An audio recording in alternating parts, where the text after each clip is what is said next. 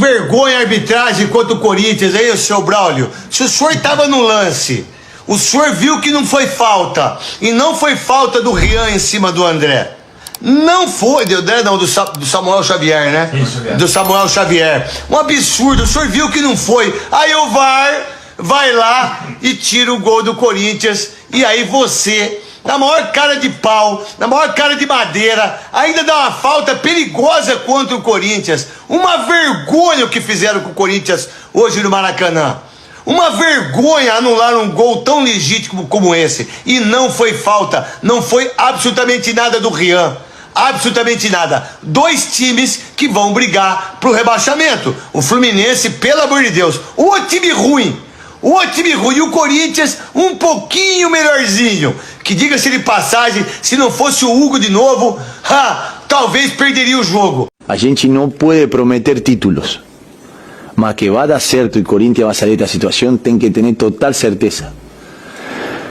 Y no es fácil también para nosotros encontrar el momento porque las presiones son otras, el descanso es otro. No es fácil jugar las tres competencias, mas estamos en el mejor time de Brasil y a gente tiene que afrontar esa responsabilidad. Por algo nos contrataron a nosotros, por algo los jugadores que están aquí saben la presión que tienen. E tem que brigar por tudo, até o final. Fluminense, time horroroso. Corinthians, time horroroso. Uniforme do Fluminense, feio pra caramba. Substituição do Ramon Dias, tirar o Garro, péssimo. 0-0, justo e merecido. Dois times que jogam futebol de times rebaixados. Coitada do torcedor que foi ao Maracanã e pagou ingresso. Coitada do torcedor que ficou até essa hora, sábado à noite, vendo essa porcaria de jogo. Gente, o Corinthians tem 10 empates, 9 derrotas e 4 vitórias. Repito, se não cair esse ano é milagre. Fluminense 0, Corinthians 0, galera. Resultado horrível pro Corinthians, né? Tira o Corinthians momentaneamente da zona de rebaixamento, empurra o Vitória lá. O Corinthians tem 1 ponto a mais, o Corinthians tem 22 pontos e o Vitória tem 21 pontos, porém o Vitória joga na segunda-feira contra o Cruzeiro.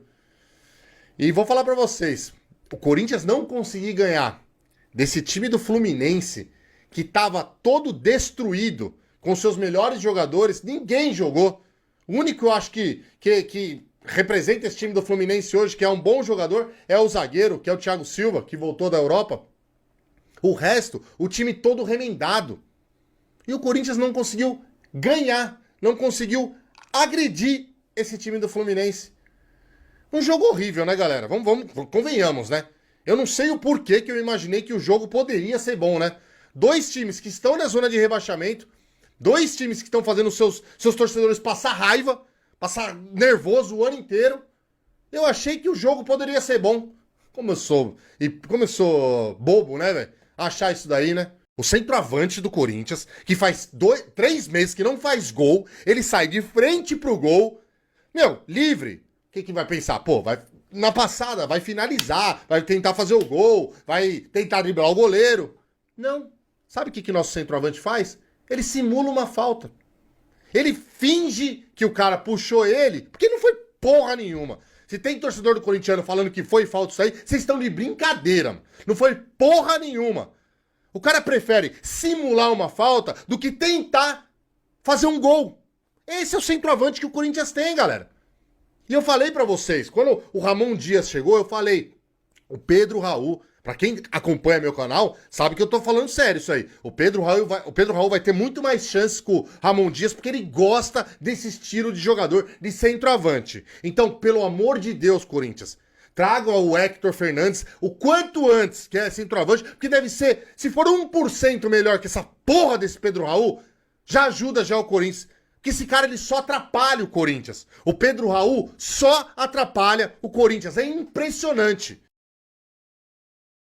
Parece que ele olhou pro torcedor corintiano e falou: ah, vocês querem gol? Não vou fazer. Ah, vai tomar no c, né, cara? Não dá, desculpa, cara, desculpa, mas não dá, mano, não dá. Tem hora que vai se fuder, irmão, desculpa o palavrão. Eu sei que tem gente, tem criança que assiste, mas, cara, não dá. Não dá, você tem que ser muito idiota, cara. Você tem que ser incrivelmente idiota, cara. E o pior de tudo é que eu não posso chamar o Pedro Raul de incrivelmente idiota, porque era o Ederson, que depois começou a jogar muita bola. Eu não sei, cara, olha, o Pedro Raul é duas coisas, cara, é o que eu falei pra vocês, cara. Ou ele se acovardou, ou ele é muito burro. E aí, eu dei a opção de burro, né, do porquê eu acho que ele foi burro.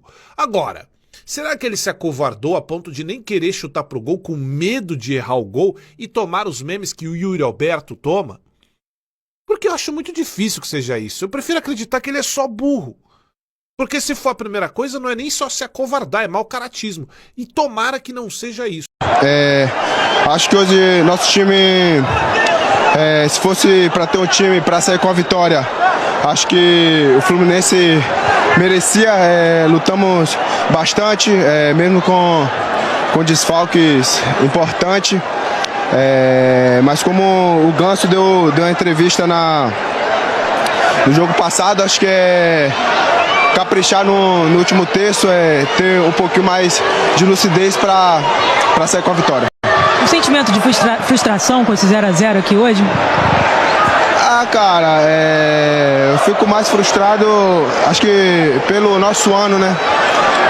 Depois de ser um ano de 2023 muito bom, acho que o Fluminense não merecia estar nessa situação por vários motivos. Mas agora conseguimos encaixar uma boa sequência de vitória e conseguimos sair de lá de baixo e temos um jogo a menos ainda e vamos lutar muito para sair dessa zona de rebaixamento. O André Ramalho desabafou e rasgou o verbo após o empate contra o Fluminense. Assistam até o final. Copa do Brasil, Copa Sul-Americana, mas ainda falta no Brasileiro, né? De fato, a gente vem conseguindo fazer nas Copas e tá faltando algo no Brasileiro. É difícil falar o que, talvez naquele último, ali para a finalização, acho que talvez um pouquinho mais de concentração, que eu acho que nós como um todo, a gente vem defendendo bem, acho que a gente tá de uma forma geral, na parte defensiva, uma equipe estável. Porém, nós também como um todo, como equipe, temos que melhorar na parte de finalização, acho, na parte de fazer os gols, talvez para matar o jogo, para facilitar a nossa vida. Mas eu acho que a gente competiu bem hoje, lutou, acho que luta, garra não está faltando, acho que todo mundo consegue ver isso. Porém, a gente vem trabalhando, a gente vem se esforçando, a gente vem cuidando desses detalhes para que a gente possa conseguir fazer o que a gente vem fazendo nas Copas, no Campeonato Brasileiro. A gente sabe o que está faltando, mas a gente acha que a gente está no caminho certo. E eu tenho certeza que nos próximos jogos a gente vai conseguir fazer os gols que a gente está precisando para a gente sair dessa. Valeu, obrigado André Ramalho. Pois é, terminou no Maracanã.